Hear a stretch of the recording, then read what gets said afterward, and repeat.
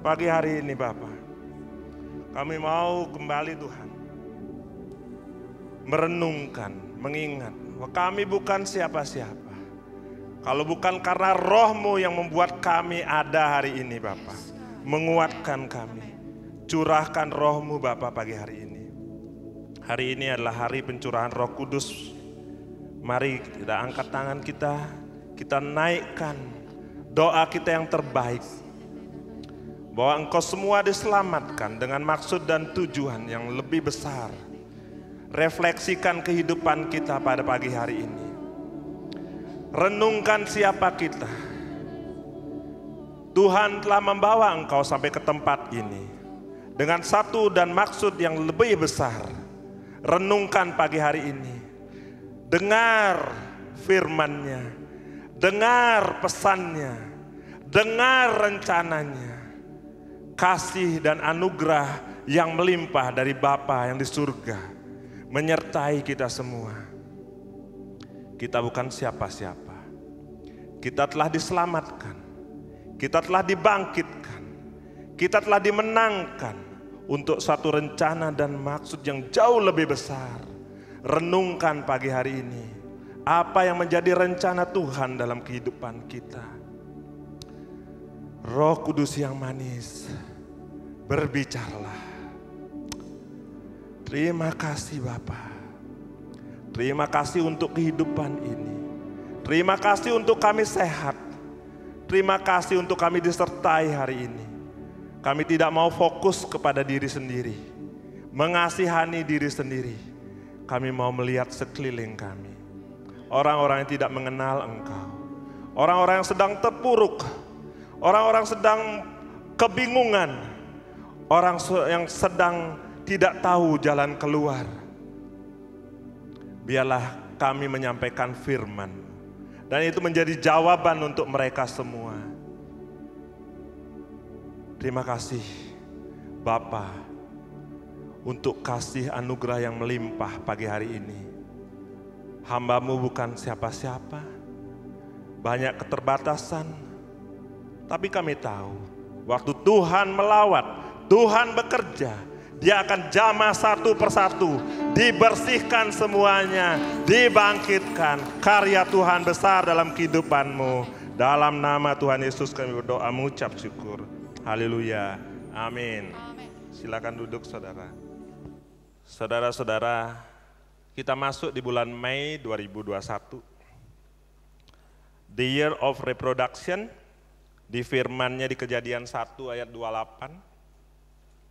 Allah memberkati mereka, lalu Allah berfirman kepada mereka, beranak cuculah dan bertambah banyak, penuhilah bumi. Taklukkan itu, berkuasalah atas ikan-ikan di laut, burung-burung di udara, dan atas segala binatang yang merayap di bumi. Itu tema yang gereja kita taruhkan untuk selama setahun ini. Dan ini menjadi suatu otoritas yang kita terima. Kita mau tidak mau menerimanya itu tergantung respon kita. Waktu kita bilang yes, ya dan amin, itu artinya otoritas itu masuk ke dalam kita dan itu mulai bekerja dalam kehidupan kita.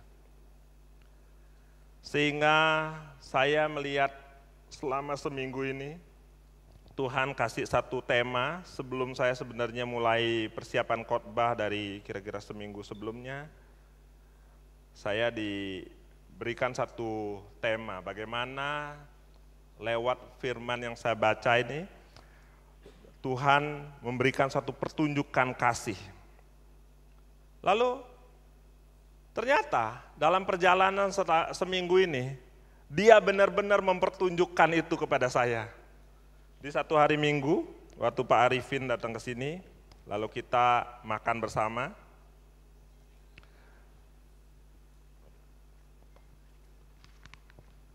Pak Andoko bicara sama saya, Pak Wayan udah pernah, ini Pak Andoko memang ngomongnya depan Pak Arifin, jadi saya nggak bisa nolak. Udah pernah penghiburan? Ya saya bilang belum, maksudnya memang dulu pernah menguburkan satu jabang bayi yang keguguran, tapi itu sekali. Kalau boleh milih, saya bilang Tuhan, kalau pelayanan semua memberkati rumah, mendoakan orang sakit, ya itu saya prefer, istilahnya boleh milih-milih lah pelayanan. Kalau pelayanan yang satu ini, yang pelayanan penanaman benih, ya, pelayanan perkabungan, kalau bisa Tuhan jangan bagian itu. Ya, hati saya ini belum siap Tuhan. Tuhan perlu bentuk saya, persiapkan saya untuk bisa memberi jadi berkat untuk orang-orang sekeliling saya. Bagian itu jangan Tuhan. Nah tahu siang hari itu Pak Handoko sampaikan sama saya, Pak Wayan udah pernah pelayanan penanaman benih? Oh belum Pak. Nah saatnya sekarang. Besok soalnya ada satu anggota KM-nya Bu Rosi, mesti kita lakukan penanaman benih. Oh ya, saya kan di depan Pak Arifin nggak bisa bilang enggak kan. Oh siap Pak. Ya. Terus Bu Meli pun sudah, oh confirm, Pak Wayan nanti melayani besok. Nah, saya bilang, ya Tuhan, saya lagi sudah pikir hari Kamis itu ada pelayanan pernikahan. Ini Tuhan tambahkan penanaman benih, lalu minggunya khotbah, kayaknya komplit banget nih minggu ini gitu. Akhirnya saya bersiap untuk, ini kan saya nggak terlalu kenal, maksudnya keluarganya saya nggak kenal, perjalanan kehidupannya tidak kenal, kenapa meninggalnya juga saya tidak tahu. Ya saudara kalau sekedar menjalankan tugas bisa aja gitu. Tapi saya harus benar-benar mengerti perjalanan kehidupan yang meninggalnya seperti apa. Terus bagaimana keluarganya. Ternyata memang keluarga muda ini, usianya kan 40 tahun orangnya, keluarga muda ini menikah bukan dalam pengenalan Tuhan. Terus dia mencari untuk menyelesaikan persoalan kehidupan keluarganya, mencari solusi. Akhirnya ketemulah grup keluarga Komsel Kerajaan. Ketemu di sana, dikembangkan, dimuridkan, diajak ber-KM. 6 tahun. Nah, saya kan juga tidak kenal semua, jadi ternyata perjalanan waktu sampai sakit, sampai ada beberapa kejadian lah yang memang di keluarga ini dialami. Dan itu menjadi sesuatu hal yang wow, saya bilang. Saya benar-benar salut dan respect sama GKM dan sektornya juga di Subwil Bu Meli melayani keluarga ini. Karena memang seluruh keluarga besarnya tidak kenal Tuhan. Tapi waktu saya melakukan persiapan, lalu tanya, saya pagi itu terpaksa memang kontak Bu Rosi untuk cari tahu dan gali lebih dalam, sehingga saya mengerti background dan apa yang saya mau sampaikan. Dan kepada namanya penghiburan itu kan memberikan penghiburan untuk keluarga terdekat dan keluarga besarnya. Dan saya melihat di situ pertunjukan Tuhan bagaimana rekan kerjanya begitu mengasihi dia, begitu menyayangi, bagaimana keluarga besarnya juga terheran-heran bagaimana kasih Tuhan terjadi dalam kehidupan keluarga ini. Yaitu sesuatu yang Tuhan tunjukkan, ya, pertunjukan kasih Kristus itu yang saya lihat, gitu. Dan itu benar-benar saya katakan, waduh, kadang-kadang kita terlalu fokus sama diri sendiri. Apalagi saat-saat sekarang, saudara, kalau saya boleh milih cerita kepada Tuhan, bilang, Tuhan, ini loh daftar masalah saya, ini loh persoalan saya, ini problem saya Tuhan, ini belum beres nih, ini entar lagi mesti jatuh tempo nih, yang ini mesti saya kejar nih. Tuhan bilang, sudah singkirkan itu semua, kau percaya saja padaku, kamu urus urusan yang dari aku. Nah tuh, itu nggak gampang saudara. Ya, itu nggak gampang menyampaikan sesuatu lalu fokus kepada ini. Seperti minggu lalu kita diingatkan oleh Pak Arifin tentang 4 hal yang di dalam komunitas kita belajar. Yaitu saat ini orang banyak mengasihi diri sendiri, mengasihi uang, mengasihi kenikmatan, baru mengasihi Tuhan. Itu bahaya-bahaya akhir zaman juga sudah dijabarkan minggu lalu.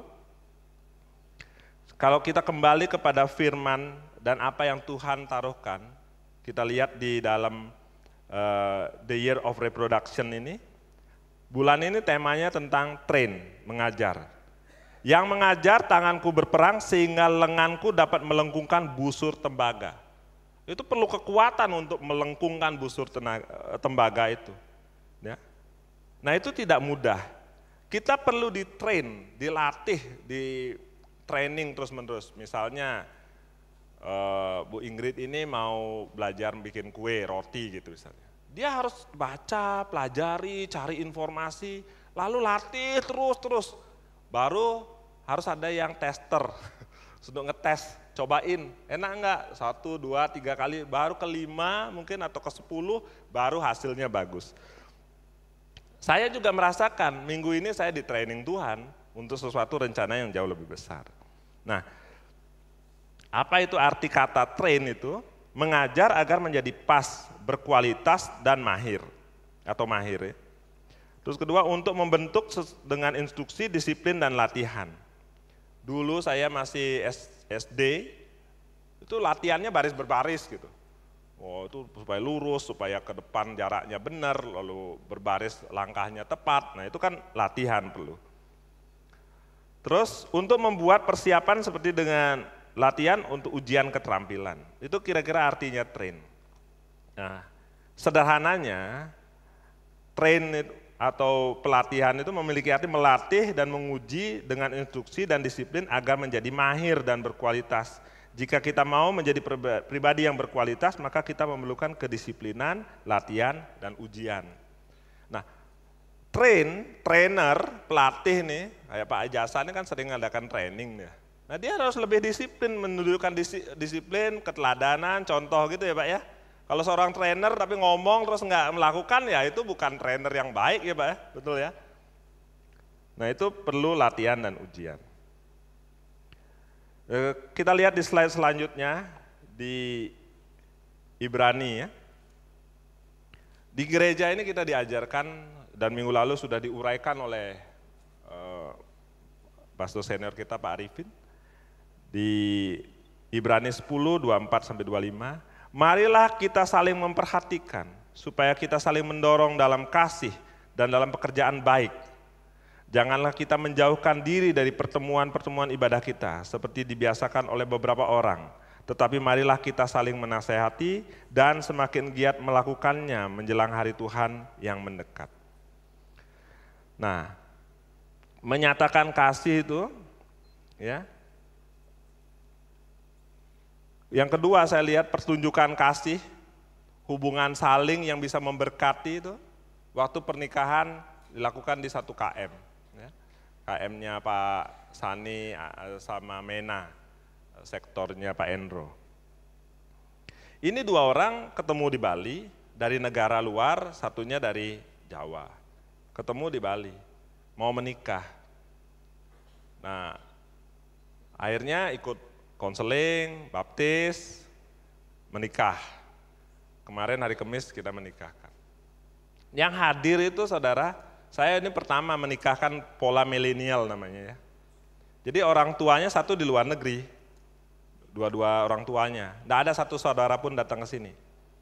Yang satu orang tuanya karena sakit di Jawa.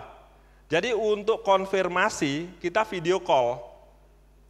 Itu pertama kali saya lakukan. Biasanya selalu hadir keluarga pria, keluarga wanita, kita tanya, bolehkah mereka menikah? Bersedia ya, bersedia. Ini enggak, pakai video call. Jadi antara yang menikah, pendetanya, sama keluarganya di Jawa, sama di luar negeri, pakai video call. Tanya orang tuanya yang pria, tanya orang tuanya yang perempuan. Ya bersedia, oke. Lanjut doa, baru kita menikahkan. Jadi itu bagaimana teknologi bisa tetap solve the problem.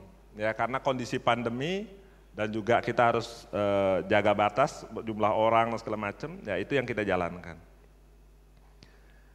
Nah, kembali ke ayatnya tadi, lebih lanjut slide-nya. Ya. Next slide. Di dalam masa pandemi atau krisis ekonomi ini, kita itu, Komsel Kerajaan itu menjadi sumber penghiburan bagi semua orang yang mencari. Ya, anggota keluarga kerajaan. Mungkin orang-orang yang nggak mengenal kasih, orang yang sudah kering kasihnya, atau persoalannya yang terlalu berat. Sumber itu datangnya dari Bapa sendiri, disalurkan seperti pipa mengalirkan air kepada semua orang. Ya. Kalau kita baca di ayatnya di 2 Korintus 1, 3-4, terpujilah Allah, Bapa Tuhan kita Yesus Kristus, yang penuh belas kasihan dan Allah sumber segala penghiburan, yang menghibur kami dalam segala penderitaan kami, sehingga kami sanggup menghibur mereka yang berada dalam bermacam-macam penderitaan dengan penghiburan yang kami terima sendiri dari Allah. Belum pelayanan sudah selesai, lalu hari Jumat saya mendengar berita, ada salah satu anggota KM, Ibu Nah ada hadir di sini sama Danu cucunya. Bapak meninggalkan kita semua pas hari Jumat sore. Lalu semua sektor sibuk persiapan, lalu runding. Nah, satu hal yang saya lihat, saya terkaget. Wah, KTP-nya belum berubah, masih kepercayaan yang lama. Waduh, saya sama Roy sudah kontak-kontakan nih, gimana Bang Roy? Kita nih kalau nanti salah langkah bisa enggak beres nanti ini jalannya. Kita telusuri, ada surat baptisnya, ada, ya oke. Kita tanya keluarga, yang kita khawatirkan kan ada keluarga keberatan. Tapi Ibu Nah sama Mas Danu memang mau di penanaman benih secara Kristiani. Oke, keputusan sudah diambil, malam itu langsung selesaikan semua, lalu kita tanya jadwalnya besok bagaimana.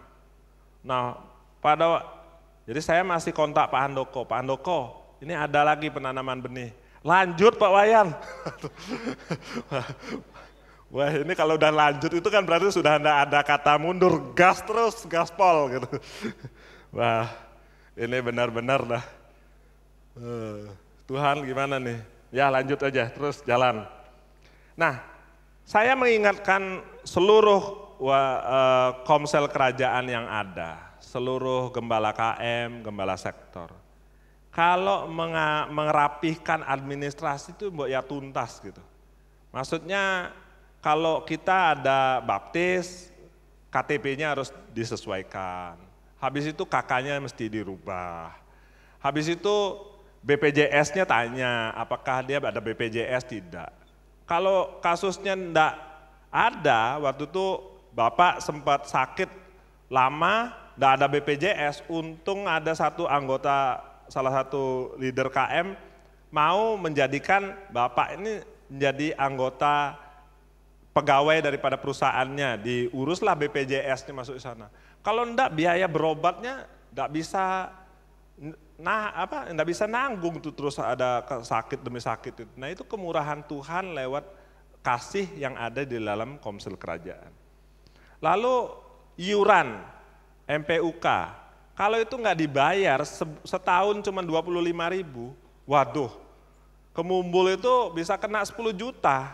Nah itu kan kalau siap ya enggak apa-apa, kalau enggak siap itu ya keblenger nanti GKM-nya juga. Jadi ini harus dirapihkan, dibereskan. Inilah peran kita di dalam keluarga kerajaan untuk menata ini semua. Nah kita gerejanya udah 20 tahun, tapi kalau ini nggak bisa rapi, nggak bisa diberesin segala macam tuh ya Tuhan juga ingin kita hidup damai sejahtera, ada dalam pengelolaan yang baik, dalam pengaturan yang baik ya. Jadi ini harus semua ditata oleh GKM, oleh sektor, dilihatlah semua lebih detail jemaatnya. Jangan sampai hanya rame, foto baptis, posting, sudah selesai tugasnya, udah tuntas semua. Selesaikan PR-nya sampai tuntas. Jadi tidak menyisakan persoalan. Oke, lanjut kita lihat lagi ke slide selanjutnya. Saya mencoba memahami di dalam sharing Korintus ini, bagaimana Paulus mengalami proses untuk mengenal Tuhan, segala macam. Sampai saya ngobrol sama Ingrid nih. Paulus ini seorang yang luar biasa. Maksudnya dia itu loh, kayak artis tuh istilahnya udah jangkauannya itu kemana-mana, dikenal di berbagai kota, yang ngikutin banyak. Tapi dia menekan dirinya bahwa dia nggak ada apa-apa, hanya nama Tuhan Yesus yang dipermuliakan. Itu yang luar biasa. Bagaimana kepribadiannya itu kita perlu belajar melihat. Nah, saya sampai dalemin saudara. Saya belajar tadi kan dari terjemahan bahasa Indonesia saya ambil. Kok saya nggak bisa ngerti ya? Coba balik ke slide sebelumnya ya saudara. Oh ya enggak, itu setelahnya. Setelahnya balik, setelah ini ya balik. Ya, saya baca di ini 2 Korintus 5, 11 sampai 13 ke 14. Saya coba ngertikan ya, kami tahu apa artinya takut akan Tuhan, karena itu kami berusaha meyakinkan orang. Bagi Allah hati kami nyata dengan terang, dan aku harap hati kami juga nyata juga demikian bagi pertimbangan kamu. Kok nggak nangkep ini bahasa Indonesianya? Saya terus terang dengan baca ini makin melintir bingung. Sampai akhirnya saya ke New King James saya buka. Akhirnya saya cari The Message, udah buka The Message, coba balik ke slide selanjutnya, sebelumnya saudara. Nah, saya baca di The Message, nah, yang di kiri ini The Message ya saudara, saya nggak baca yang bahasa Inggrisnya, itu tugasnya Christopher nanti. Nah, saya baca yang bahasa Indonesia, hal itu membuat kita sangat waspada, suatu saat nanti kita semua akan berhadapan dengan tahta penghakiman Tuhan. Dan ini tidaklah sekedar isapan jempol. Jadi bahasa The Message, saya minta diterjemah Ingrid terjemahin bahasa Indonesia yang bisa lebih mudah kita cerna. Nah oke, sudah terjemahin, baca, ini juga panjang lebar, susah ngerti. Udah baca slide selanjutnya coba lihat. Nah, terus slide satu lagi slide-nya.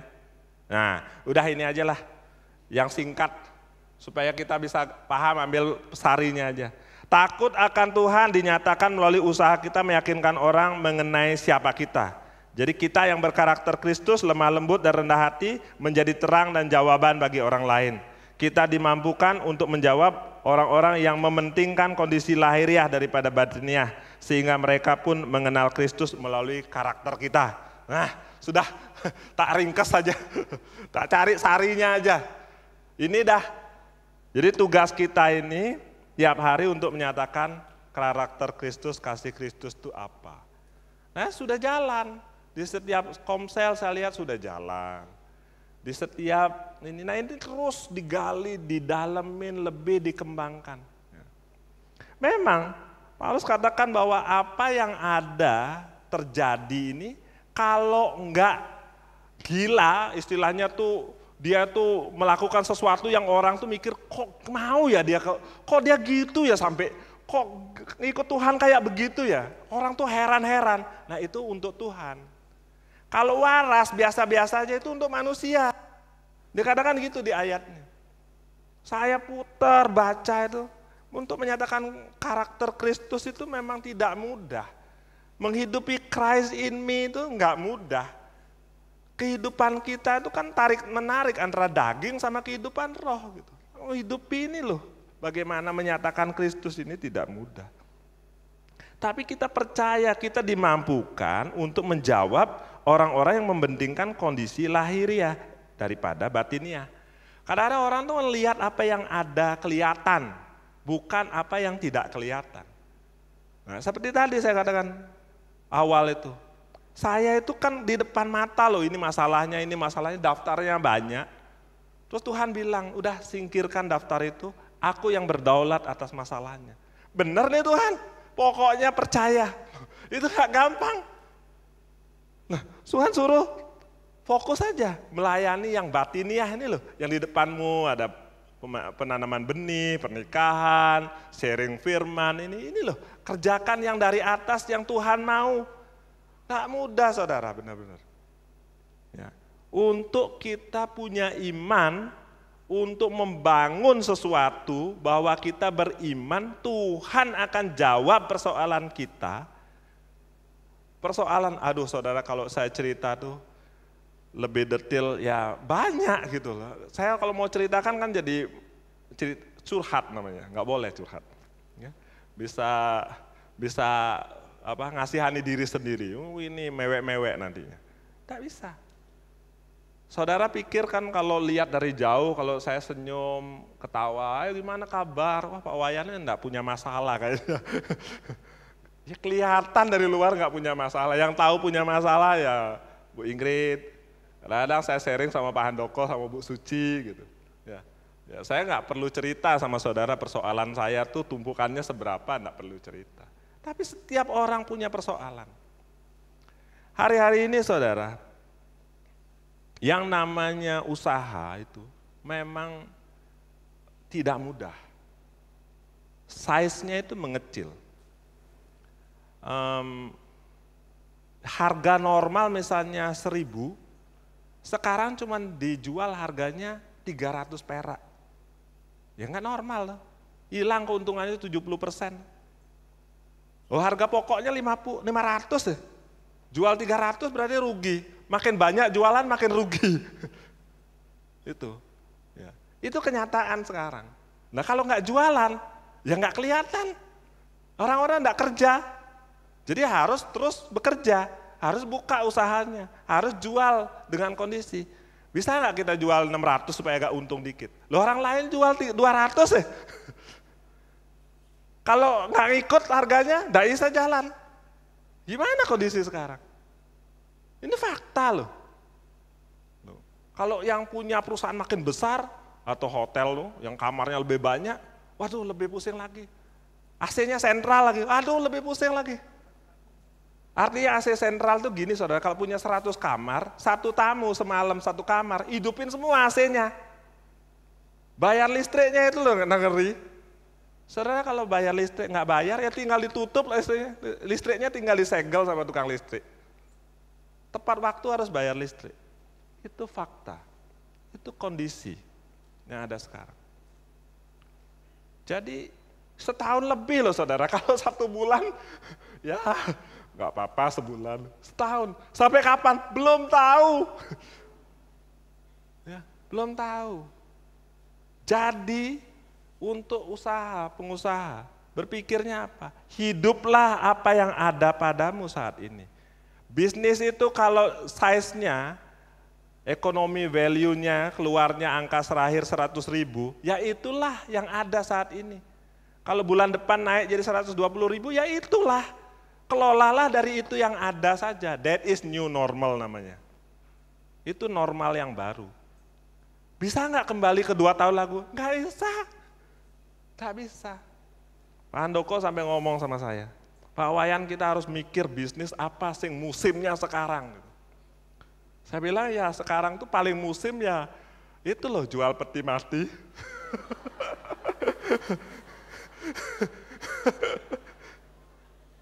Sampai saya ngomong sama Bu Meli kayaknya kita koperasi mesti kerja menyediakan peti mati sehingga jemaat bisa beli lebih murah atau siapapun gereja bisa beli lebih murah.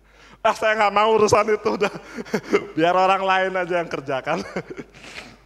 Ya memang namanya pengusaha selalu pikir jalan apa yang terbaik saat ini saudara. Next kita lihat slide selanjutnya. Inilah cara kita meyakinkan orang lain, menjadi jawaban kepada orang lain dengan menghidupkan karakter Kristus yang ada di dalam kita.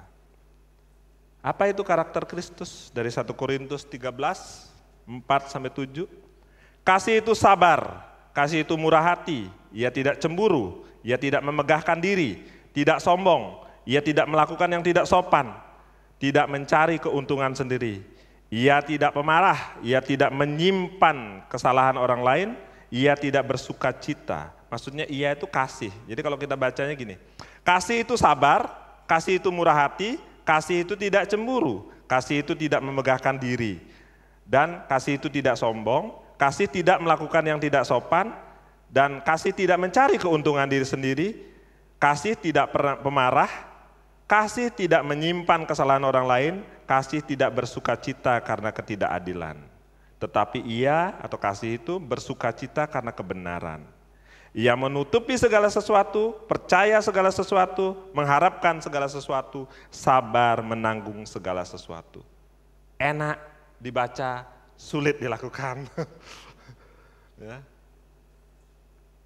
Saya bilang, ada satu waktu teman saya ngingetin, Wan, aku buka kafe, yuk tak pergilah ke tempat dia.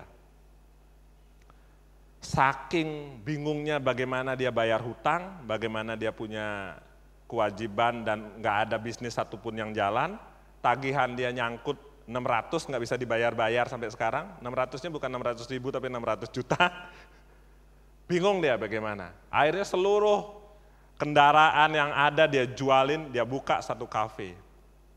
Kafe itu di pinggir sungai. Jadi tempatnya memang tempat yang sekarang orang senang pergi. Di pinggir sungai, yang eksotis, ngelihatnya ke hutan, yang sepi gitu. Wih, rame banget kafenya. Nah, sebagai pengusaha saya cemburu. Waduh, musim gini kok rame gini ya, kayak dagang sate itu nggak berhenti ngipasi satenya, asapnya kemana-mana. Ya itu kepingin kan. Itu yang ingatkan, itu bukan porsimu. Ya. Hari-hari ini untuk kita bisa jaga hati supaya menjalankan kasih itu nggak mudah. Ya. Terus ada satu, ya beberapa kali lah, tapi ya salah satu jemaat datang. Kami suami istri nggak tahu apa ngerjakan apa-apa. Ya sudah, kalau gitu minggu besok ada acara apa nih? Bisa bikin apa? Kue, resoles atau apa? Ya udah bikin itu, biar ada kegiatan yang ada ekonomiknya lah berkembang. Mungkin enggak banyak tapi membantu. Bisa bikin apa lagi? Oh bikin kerupuk, ya wes. Mulai dulu lah, coba pesan dulu kerupuk, cobain. Saya bilang koperasi mesti masuk. Kerupuk ini dilatih, bikin yang bisa naiknya enak, kerupuknya dibantuin, lihat. Kalau kerupuknya sudah enak, bisa jual mentah, bisa jual yang goreng. Kalau goreng kasih label, supaya ada nomor telepon, kalau mau pesan lagi, supaya bisa pesan ulang. Terus, ya sudah, perlu modal, ya sudah saya anggota koperasi, tak pakai nama saya, pinjemin modal, mulai bergulir. Nah, itulah yang kita kerjakan di dalam kehidupan kita di Rock Nusa Pujian. Itulah saudara-saudara saya ajak GKM, G-Sektor, maupun siapa yang punya usaha yang lebih saat-saat ini bisa melakukan yang lebih bergerak aktif untuk membantu saudara-saudara kita yang memang membutuhkan. Jaga kawanan. Kembali ke firman-Nya. Jadi cara kita mempertontonkan atau istilahnya Tuhan mempertontonkan kehidupan itu ya lewat kasih, nggak ada jalan lain. Yang kemarin itu saya dengar kesaksian luar biasa dari KM-nya Bu Rosi. Waktu nggak ada satu tergerak. Pokoknya nanti anakmu tak sekolahin sampai tamat SMA gitu misalnya. Waduh, tergerak oleh kasih karena bisa melayani sampai sunnikan. Saya mengucap syukur Tuhan berikan berkat lebih lagi pada orang yang menabur, mendukung keluarga ini. Itu hal-hal yang nyata terlihat di sekeliling kita. Hal-hal yang Tuhan kerjakan di antara kita. Menghidupi karakter Kristus yang ada dalam kita. Lalu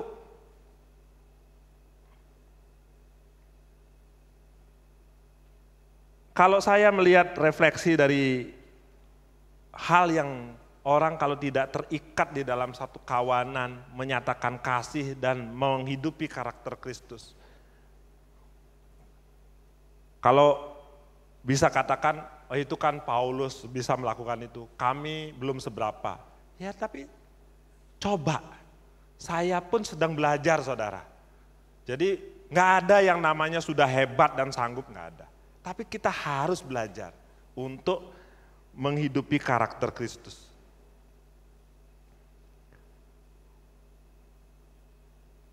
Kita misalnya melakukan sesuatu, kalau bagus tuh, sapa dulu bapaknya. Kalau anaknya hebat, siapa dulu bapaknya.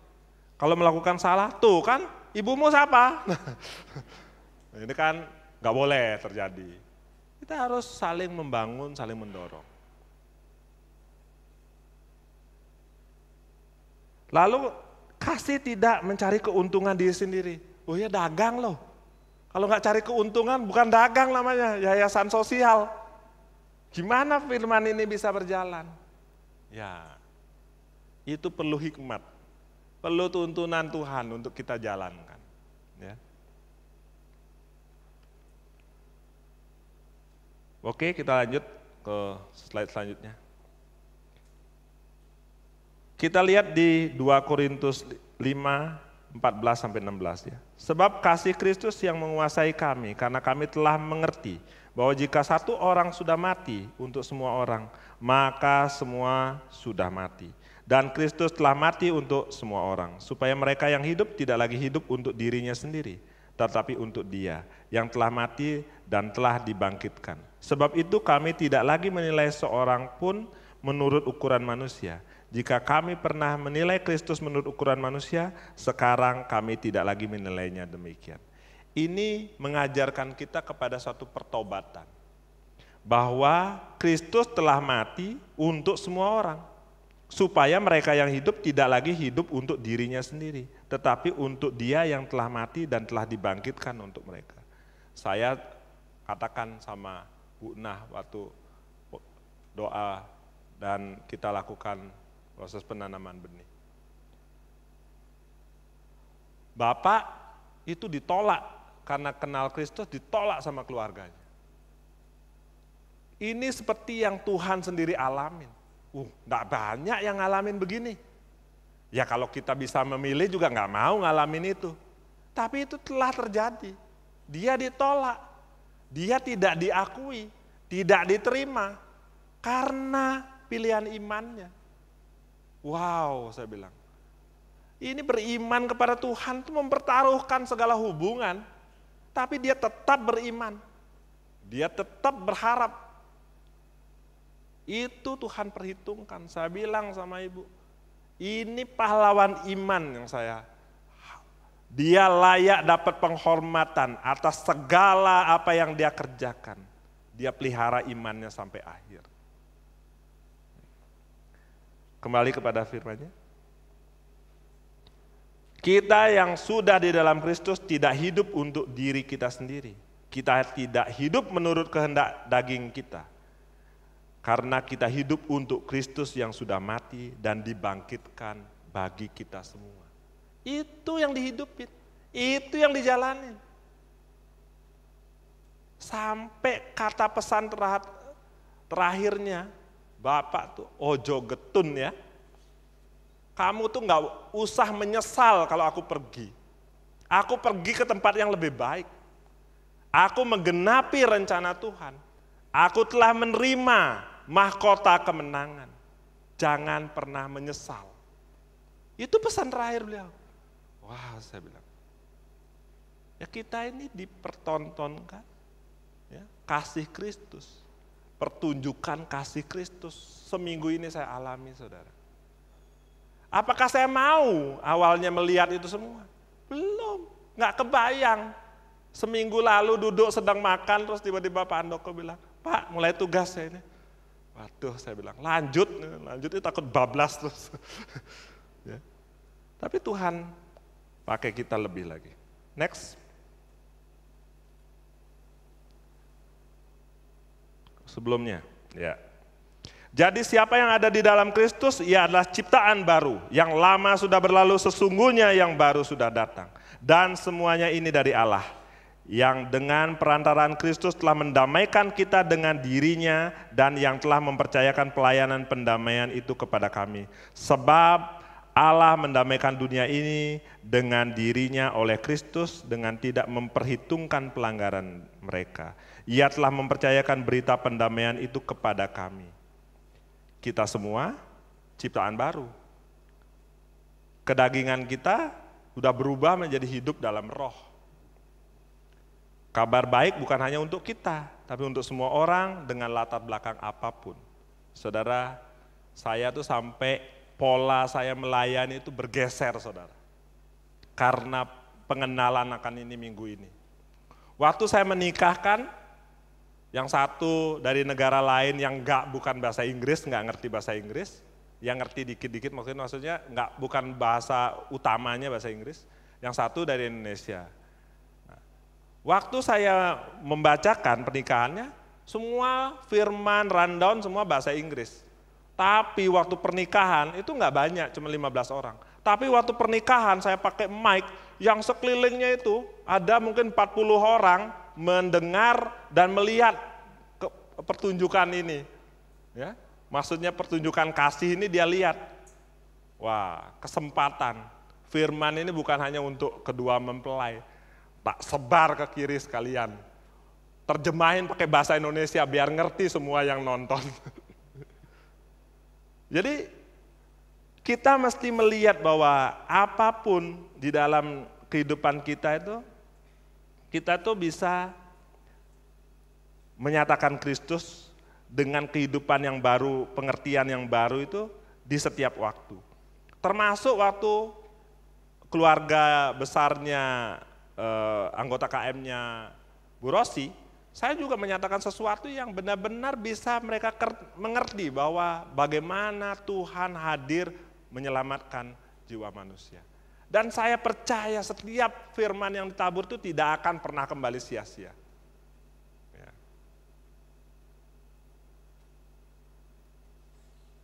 Next.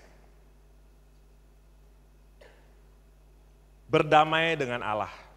Di 2 Korintus, jadi kami adalah utusan Kristus. Seakan-akan Allah menasihati kamu dengan perantaraan kami dalam nama Kristus. Kami meminta kepadamu, berilah dirimu didamaikan dengan Allah. Dia yang tidak mengenal dosa telah dibuatnya menjadi dosa karena kita, supaya dalam Dia kita dibenarkan. Saudara, sebentar kita akan menerima perjamuan. Ada tubuh dan darahnya sebagai simbol bahwa kita telah didamaikan dengan Allah. Waktu kita mengaku Yesus Tuhan, satu-satunya juru selamat, saat itulah kita menerima tubuh dan darahnya di dalam kehidupan kita. Imani itu, terima itu dengan segala kuasa yang ada di dalamnya. Berdamai dengan Allah adalah menerima suatu rencana yang besar yang Tuhan tetapkan dalam kehidupan kita. Kita sudah diselamatkan, kita mengucap syukur atas keselamatan itu, dan kita imani, perkembangkan itu menjadi kesaksian yang hidup di setiap waktu, di setiap kesempatan, di setiap apapun yang ada. Kalau melihat perjalanan kehidupan saudara, hitung-hitung waktu, saya ini udah mau 54. Kadang-kadang saya dulu berpikir ya, waktu masih sekolah gitu, saya bercita-cita untuk jadi pengusaha.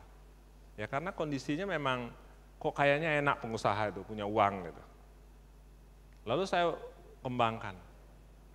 Lalu saya berpikir, saya bangun usaha ini supaya generasi berikutnya nanti bisa mengembangkan ini, ngembangin ini. Karena saya lihat bagaimana orang-orang, ya banyak pengusaha Chinese dulu saya kenal di Jawa Barat, dia membangun suatu kerajaan yang nanti diwariskan kepada generasi berikutnya, bila perlu sampai 3-4 lapis generasi.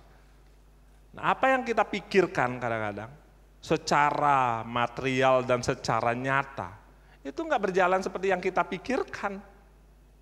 Saya mendapat kesempatan untuk mendengar dari sekian pengalaman saya kenal Bapak Handoko, baru kemarin saya bisa ngobrol sama kakaknya dan mengenal kehidupannya bagaimana kehidupan Pak Handoko dari keluarganya.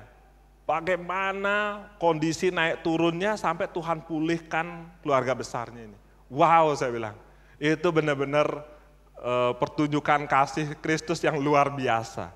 Karena ya kalau mau konflik itu sumbunya pendek semua istilahnya. Sebentar aja meletup bisa dur gitu. Tapi itu bisa ada damai, bisa menerima satu sama lain. Itu kalau enggak karena Allah mendamaikan itu semua, enggak bisa terjadi.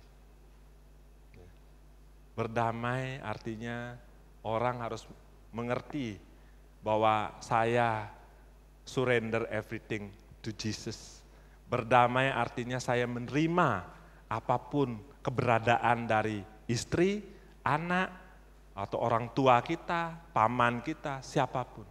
Berdamai itu tidak mudah. Gampang diomongkan. Saudara lihat sehari-hari ini bagaimana mengupayakan perdamaian, semua orang berteriak, kejadian di Myanmar, kejadian di Timur Tengah, semua berteriak tentang berdamai. Tapi hari ini Tuhan ingatkan, berikan dirimu didamaikan dengan Allah. We just surrender, Dia yang mendamaikan kita. Dan kita bisa membawa damai itu kemanapun Tuhan utus, Tuhan berikan. Kalau saya renungkan dari seluruh firman ini, saya nggak sanggup. Kita pasti nggak sanggup melakukannya. Paulus menulis ini tuh istilahnya mission impossible. Kecuali satu, waktu kita dimampukan oleh Kristus. Waktu kita surrender, Dia yang memampukan kita melakukan. That is the only one. Itu satu-satunya. Ya. Jadi kalau saudara bisa baca tuh mengenai karakter-karakter itu, semuanya tidak mudah dilakukan. Tapi kita punya komsel kerajaan, saya mengingatkan satu sama lain. Kita punya saudara seiman yang terus mengingatkan, mengasah kita untuk bisa meningkat. Tetap berdoa dan berharap. Waktu terbaik untuk segala sesuatu terjadi akan Tuhan berikan.